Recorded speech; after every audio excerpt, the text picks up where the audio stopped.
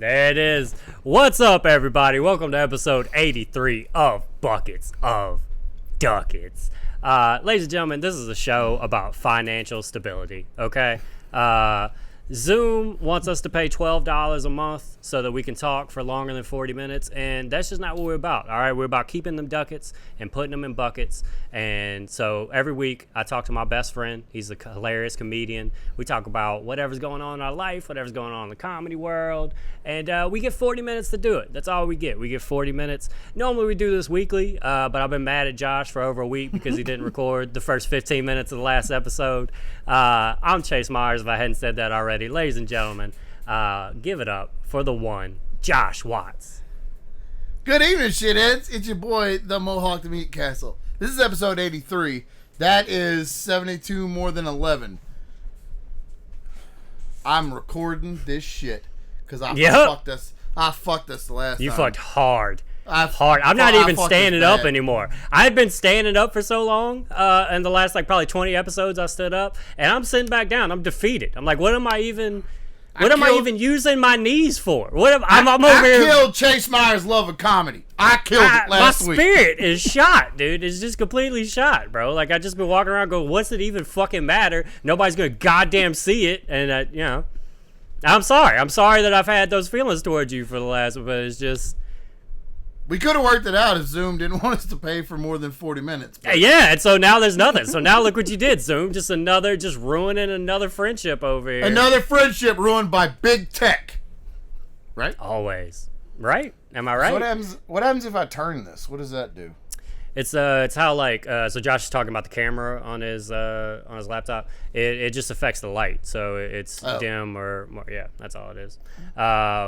YouTube people, what's up? Nice to see you again. I'm in my living room this time. Look at that. Look at the sun finally decided to come out in Seattle. It's been a while. It's been, I think, an entire year. I think it's been an entire year since the last time we saw the sun. And so I have to take advantage of this. This is one of the few times I'm going to get actual lighting in on when we record. Yeah, so that's pretty nice. Go ahead, subscribe, tell a friend, leave a comment, all the things. Tell a fucking friend. You really should. Tell somebody. If I was you, anybody. I tell people all the time. It's one of the things I do. I just walk around and tell people I have a podcast.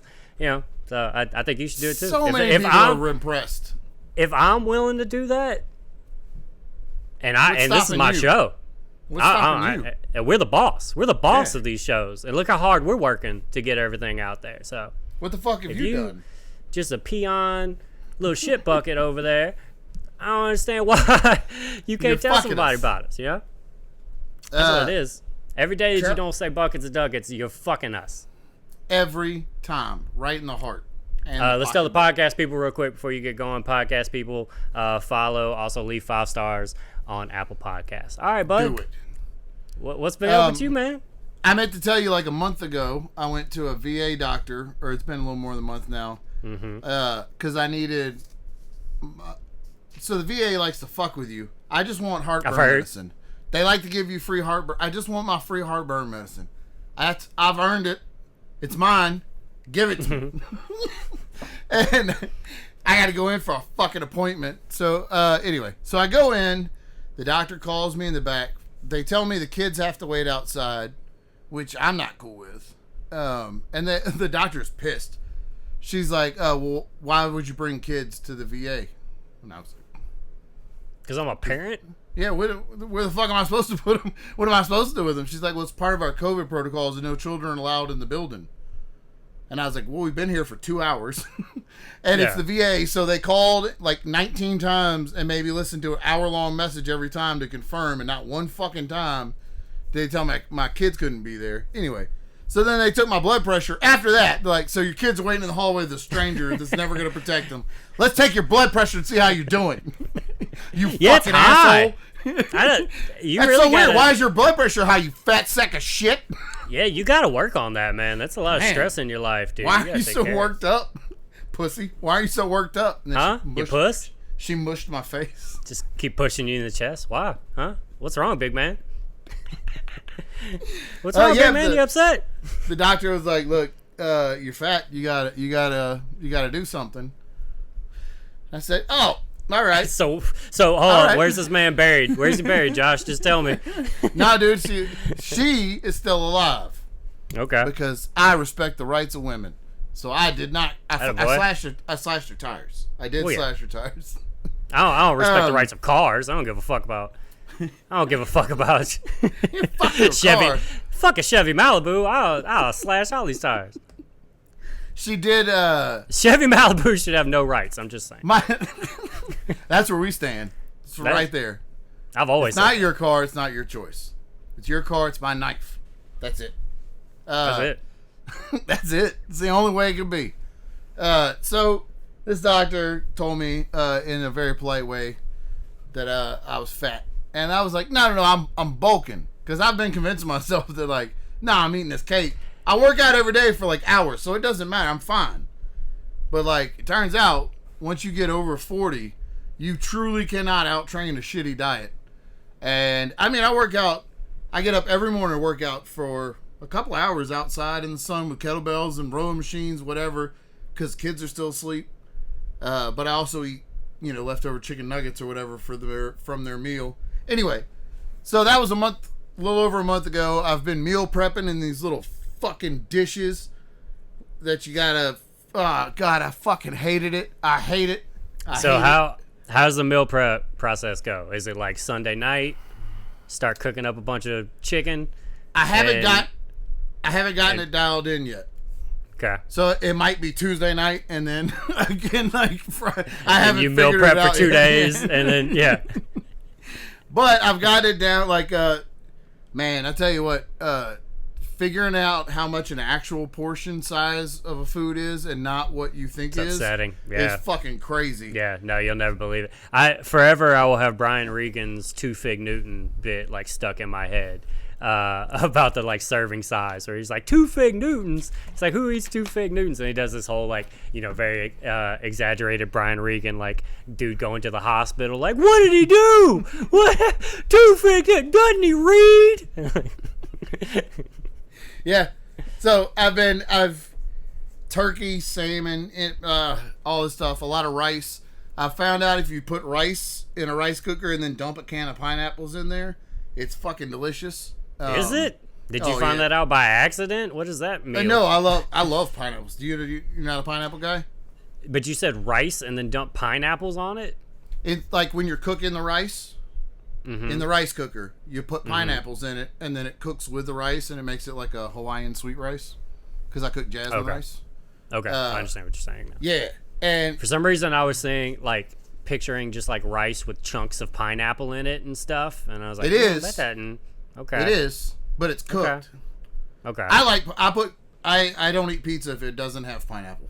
I love pineapple on everything. The pineapple's actually not the issue. The part that I'm trying to get my head around is the rice part of it. Is the pineapple's welcome anywhere. Rice is the carb. No pasta, rice. So I switched to rice, and I'm trying to find ways to make it more edible.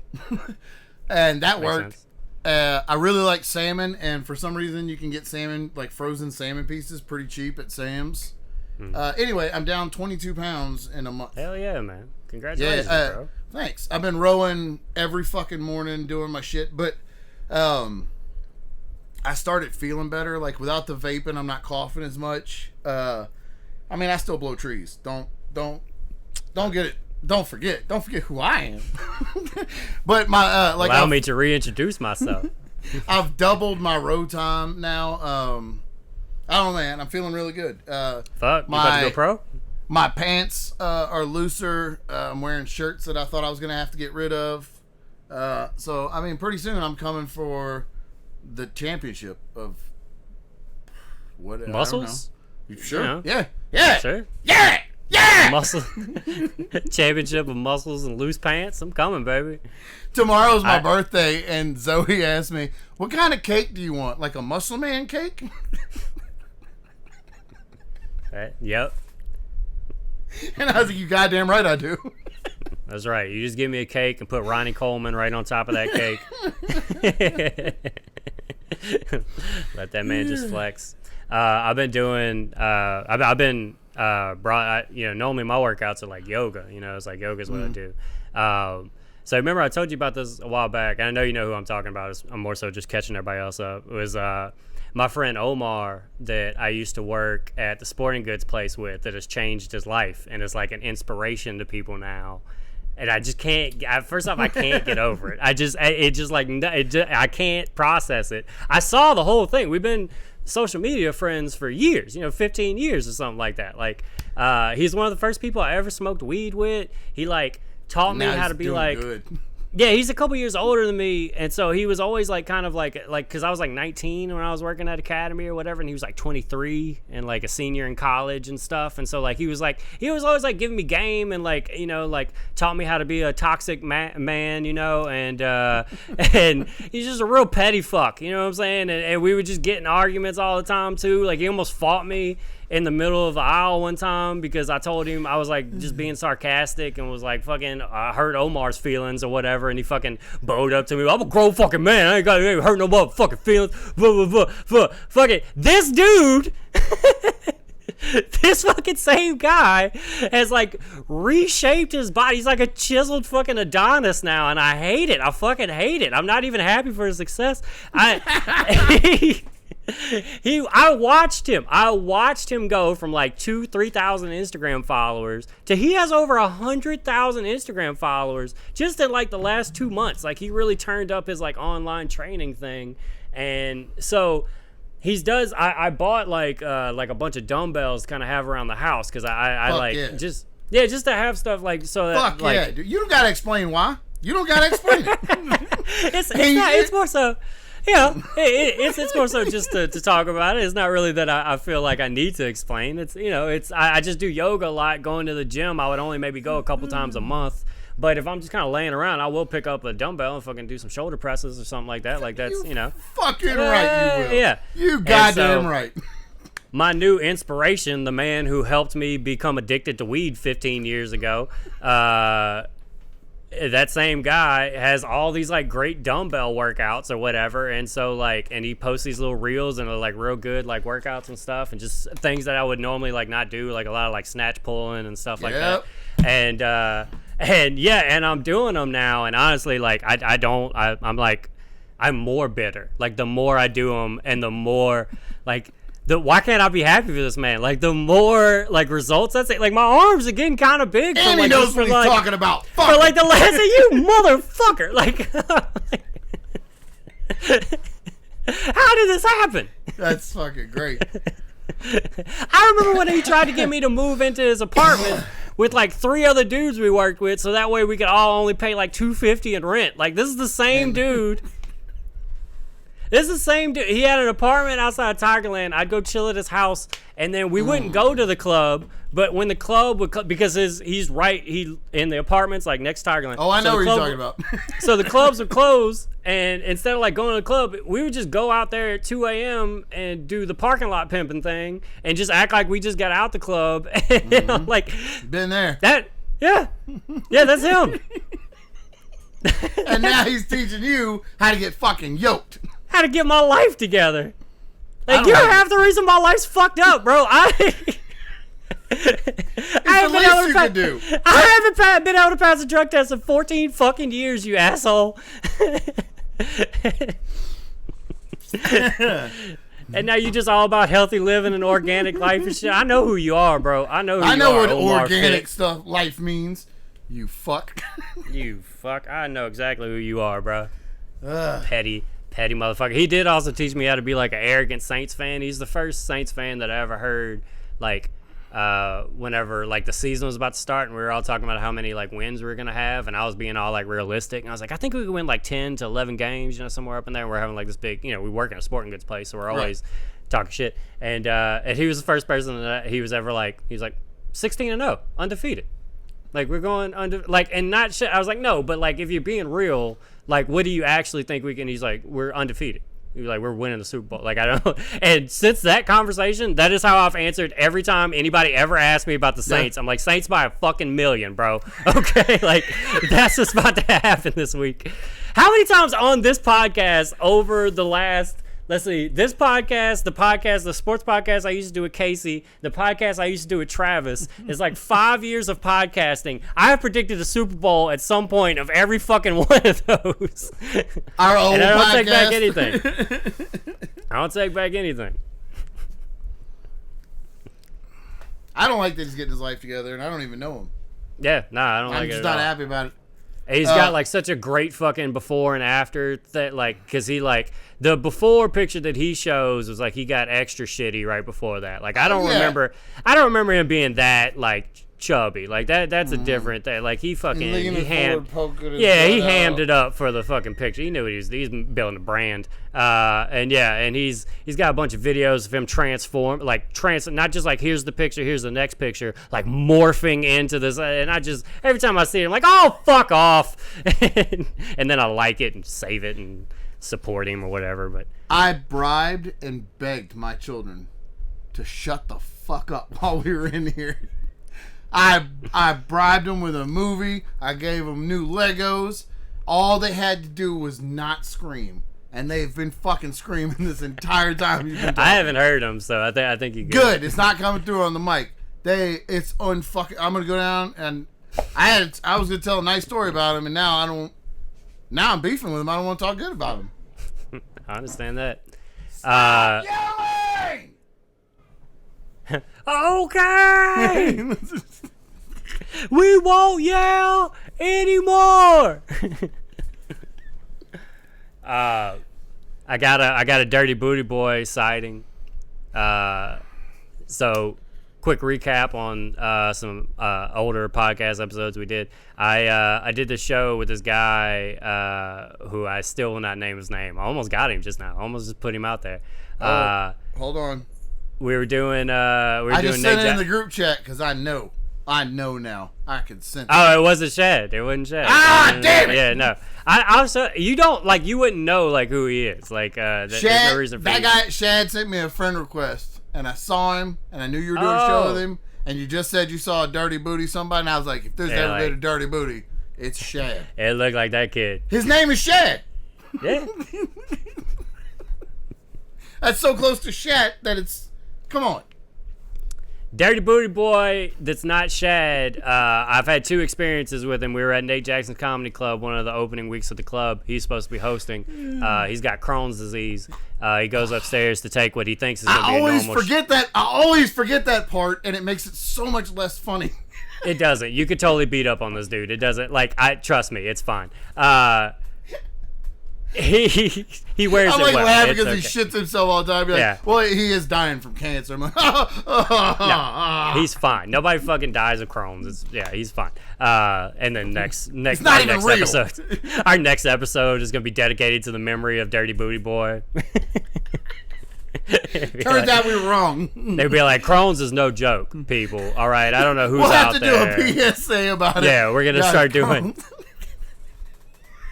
We're out here doing Crohn's research and just making sure that people don't take this lightly, okay? It's not just a shit your pants disease, okay? It's a lot more than that. So, Chris is about to go on stage. He's hosting a show. He goes to use the bathroom. Shits all over himself. It's a real problem. Real problem. Shits all over himself. He texts me. He's like, buddy, I'm sorry. Can you... I got to get through the recap so I can tell the fucking story. I'm trying to catch everybody up on who he is. Crohn's is not just a shit your pants disease. It's a lot more than that, people. We gotta get the conversation out there, okay? We gotta talk more openly and honestly about Crohn's. It's not just a laugh at your friend because he got dirty draws. All right, that's not what it's about. If that's what you thought it was about, shame on you. I don't know why you would get that thought. Bro, I really do need you to bleep that out. I'll bleep that out.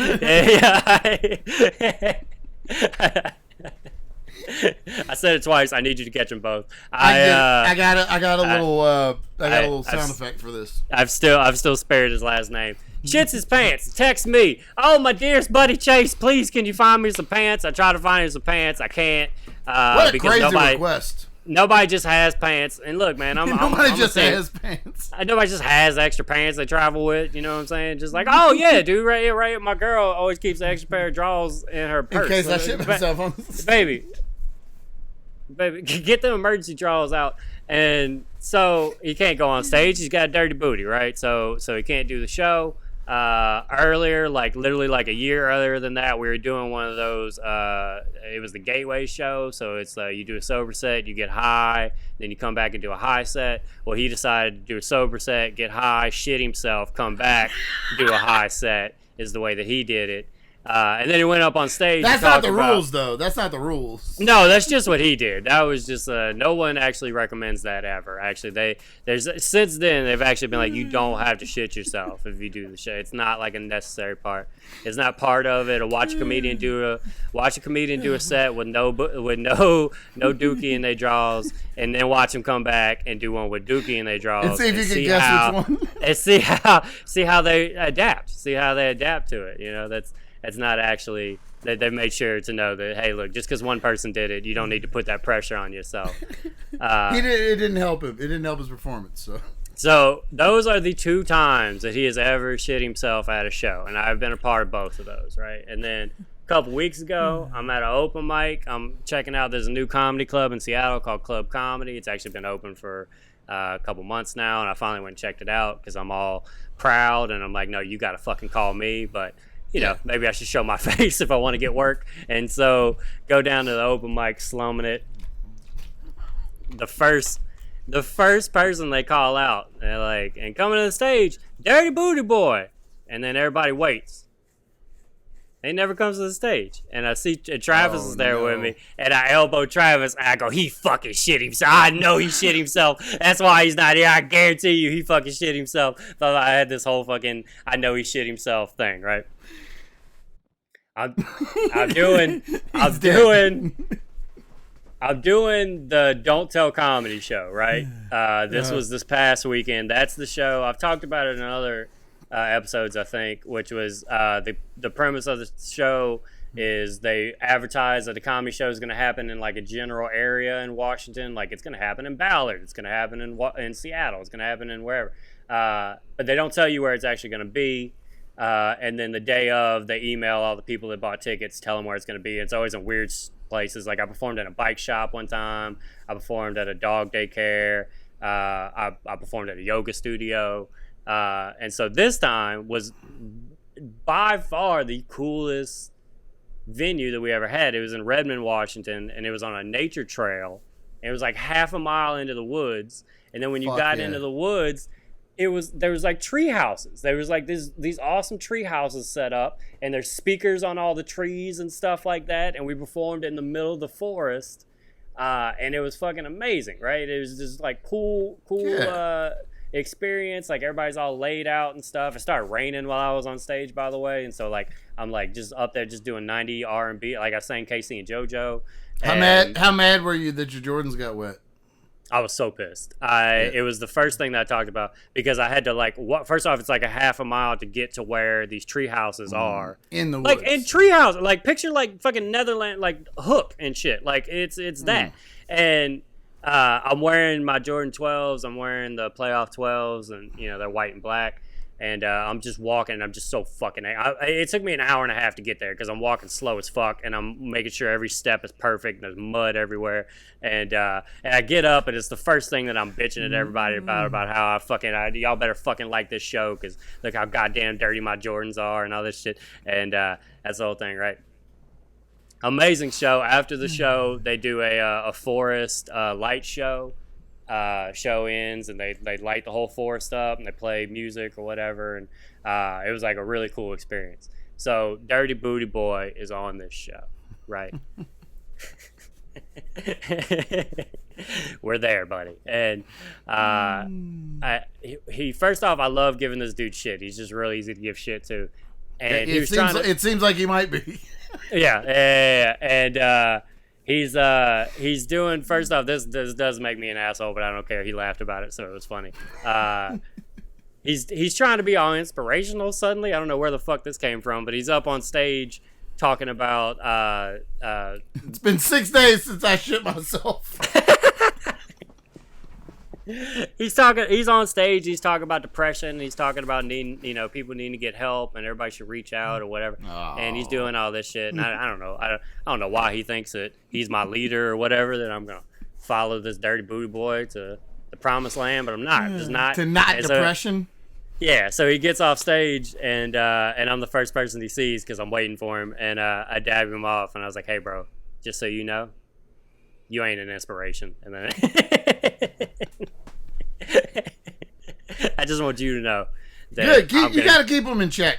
That's good. Yeah, I want you to know that I'm gonna go kill myself now. So just because of this. So I get a chance after I knock him down a couple pegs, and he thinks that I'm done. He thinks I'm done, and I go, wait. So I was at an open mic 3 weeks ago, and you were first on that mic, and they called your name out, and you weren't around.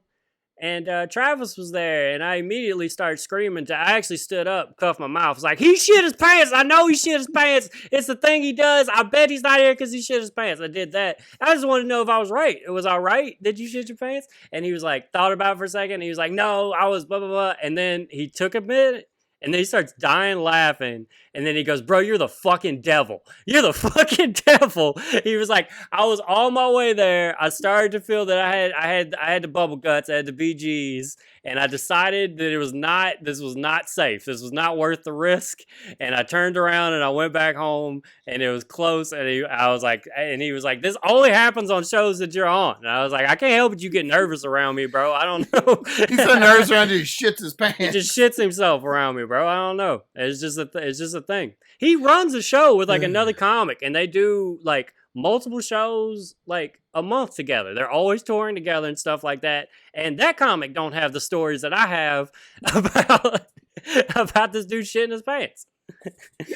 So he did it again. I got to perform in a forest, which was amazing. I mean, that's fucking awesome. It was so cool, man. I got to. It really was. Like, I'm so excited that the sun finally came out. This is the first week the sun's been out over here. And, like, literally went from, it hasn't been higher than, like, 73 degrees all year. Mm-hmm. And then we got a heat wave, so it's, like, 90 right now. And I'm just fucking loving it. Like, but that's where we went from. But without air conditioners. Y'all don't have air conditioners. Yeah.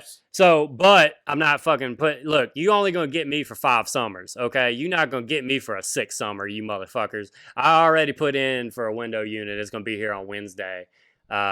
It's about to drop back down to like, it's supposed to be 65 tomorrow. Doesn't matter, you'll have it there. It's not, I'll have it here and I'll have it ready because for the next time, because I'm not doing this again, because this is exactly how you get tricked, because it's been 65 to 70 degrees for the last couple weeks. And the last 3 days, it was 85 to like 90 something degrees, and that was the big heat wave. But it's about to drop back down to 65 to 70, and it'll be that for a couple weeks. And everybody's gonna think that we beat it, and everybody's gonna be like, "Oh, well, that was the heat." But no, I've seen it. It happens 4 more times. It's gonna happen 4 more times in the summer, and I'm not sweating when I sleep anymore. That's just not gonna happen. Fuck that noise.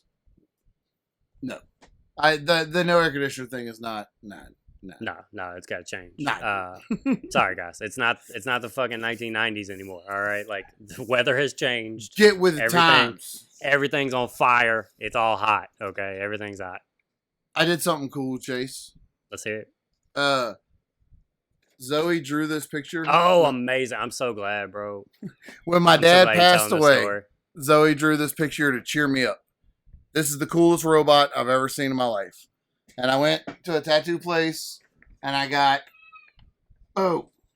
that's so good. And they did such a good job on it, too, man. Dude, I can't really get it. Just like the drawing. It's hard to get it in on the camera, but I mean, like, I can see the whole thing, yeah. Like, every little line and loop, and every, like, even where she colored out of the lines is in it, in the tattoo. And I've never loved it more. I've never loved the tattoo more. I like the placement. I didn't realize you got it on your forearm like that. Yeah, it's right fucking there. It's the arm with her heartbeat on it, so I'm gonna put all of her drawings on this side, and then this is Henry's, and I'm gonna put all on that side. But now here's what happened. I have a folder of Zoey's drawings in my phone, and when I came home, I was like, I want to find the original drawing because I had a crop picture on my phone. I want to find the original drawing to take a picture with, and this is it. Mm-hmm. But down here at the bottom, I'm covering it up. But there's another little girl's name's autographed. You motherfucker. There's another little girl's name with a bunch of hearts around it, like a stamp of a different girl's name. And I said, Zoey, please Christ tell me, did you draw this robot? Or did this little girl whose name is at the bottom of this paper draw this robot? And she thought about it for longer than what I wanted to happen because I just got home from a 6 hour to like a 3 hour tattoo. And she goes, no, I drew it. This girl, the Alma, just liked it so much that she wrote her name on it. And I like grabbed my sweet little daughter by the shoulders, like, I need you to be 100% sure. I need you to listen. This is, regardless of what the truth is, this is the truth now. You tell me. For if I 2 years from now I ask you again, Zoey, did you draw that? You say absolutely, Daddy. Don't you ever let this out. If you have a memory where you're like, oh shit, I didn't actually, you keep it. You keep that to yourself till forever. I'm long dead. Yeah, don't you dare. That is so fucking funny. If another little kid drew, dude, if you have some other kids, I have never been more terrified because in the picture of my phone, the other girl's name is cropped out at the bottom, and I never saw it. But when I found the real picture, holy fuck, dude! I know your heart fucking dropped. That's oh man, and I was like, no. We had the Sean Patton show. I needed to get that in. I got a tattoo. I got a tattoo tag. I used your tattoo. Wait, do you know why it's on the forearm too? By the way, since it's a robot, so I can do it. Oh, so you can do the robot? Amazing, right? I used your tattoo for a little evil. I'm talking to this girl, right? And yeah, and I'm like, hey, just so you know what type of dude I am, type of people I hang around with. I mean, look, this is my best friend in the whole world. This is my best friend. This right here. This is my goddaughter. Like this is my. Like if something happens, I'm gonna fly down to Louisiana and take care of this girl. Like this is my goddaughter, and she drew this amazing picture. And look how cute, look how adorable. And I just watched her melt, and I just did Birdman hands. It's like I got you.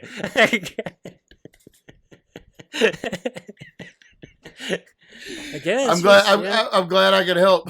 Yeah, just got an open heart, and the people around me got good hearts too. As soon as you started telling that story, I looked up and I was like, "You got 7 minutes to get yourself out of whatever hole you're about to dig yourself into."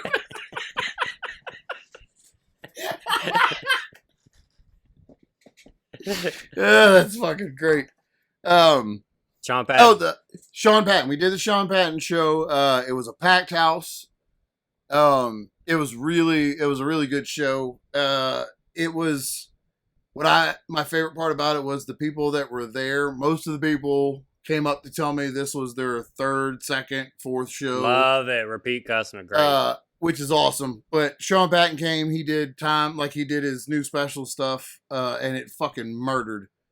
I wasn't super familiar with his stand-up. I don't watch a lot of stand-up. Since I do it, I don't know. Like if I see you at a show, I'll watch it, but I don't just watch a lot of stand up. But his shit was really good.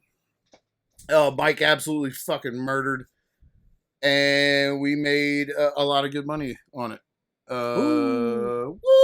And now we got another show coming July 30th. I don't know what else. Like it was cool. Sean was cool. It was fun to hang out with him.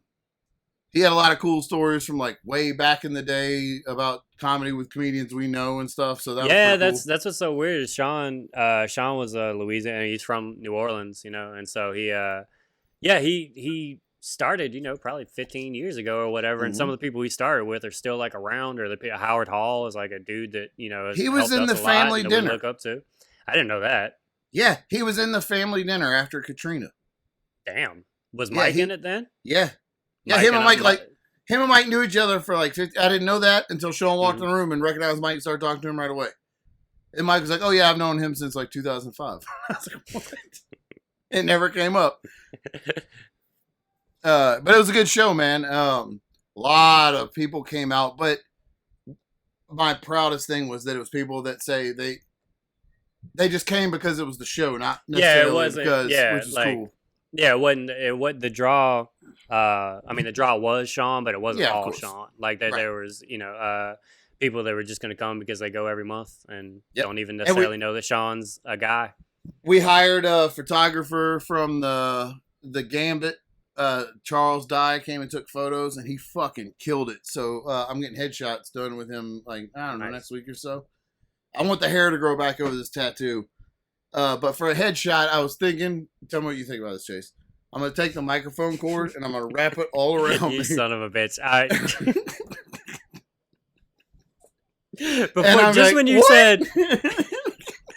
Just when you said, Chase, I'm gonna get a headshot, what do you think about this? We know each other so well that I already fucking knew where you were going.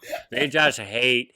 There's like this. That's like a genre of headshot for comedians, is to just tangle themselves in all the microphone wires. And be like, what a situation I got myself into. How did this I must happen? be crazy.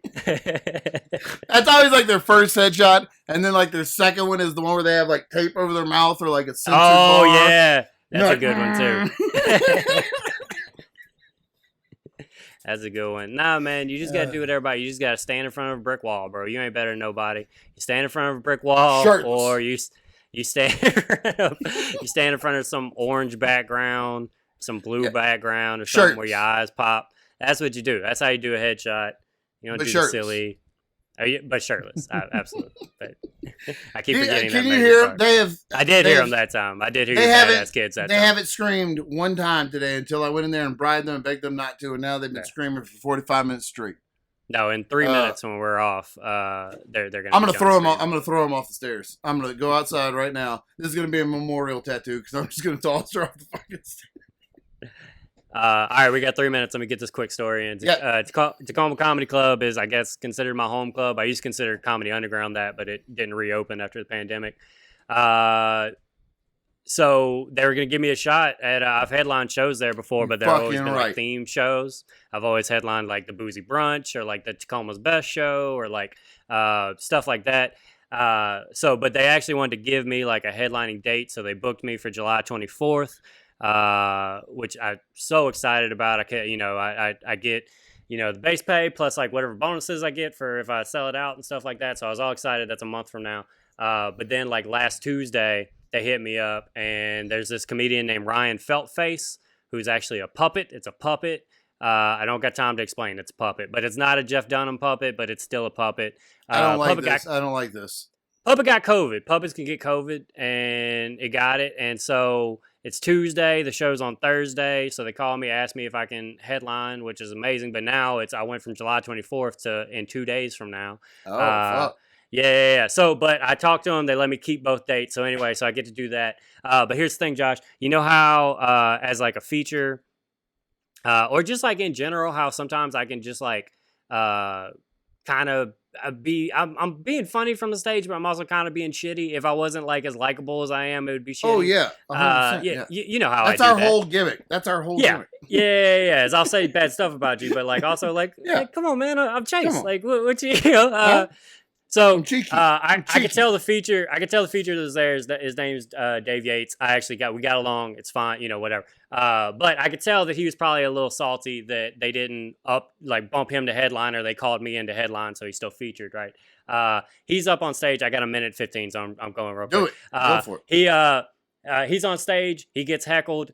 He starts kind of breaking down, whatever. I go up on stage. That same heckler compliments my shoes. I go, Dave, look, these people aren't so bad. What was your fucking problem, right? And I keep joking around with these people. Like, we're all buddies now. God damn. I tell the people, like, hey, after the show, you need to make sure you talk to Dave at the merch line. Go talk to Dave, whatever. I say I keep going. I was like, it was fun to watch Dave unravel, blah, blah, blah. That comment, it was fun to watch Dave unravel, hurt his feelings. And I feel so fucking bad. And he kept telling me that it didn't hurt his feelings, but I fucking know it did. And because he kept being like, nah, dude, you're right. I did unravel. I absolutely unraveled.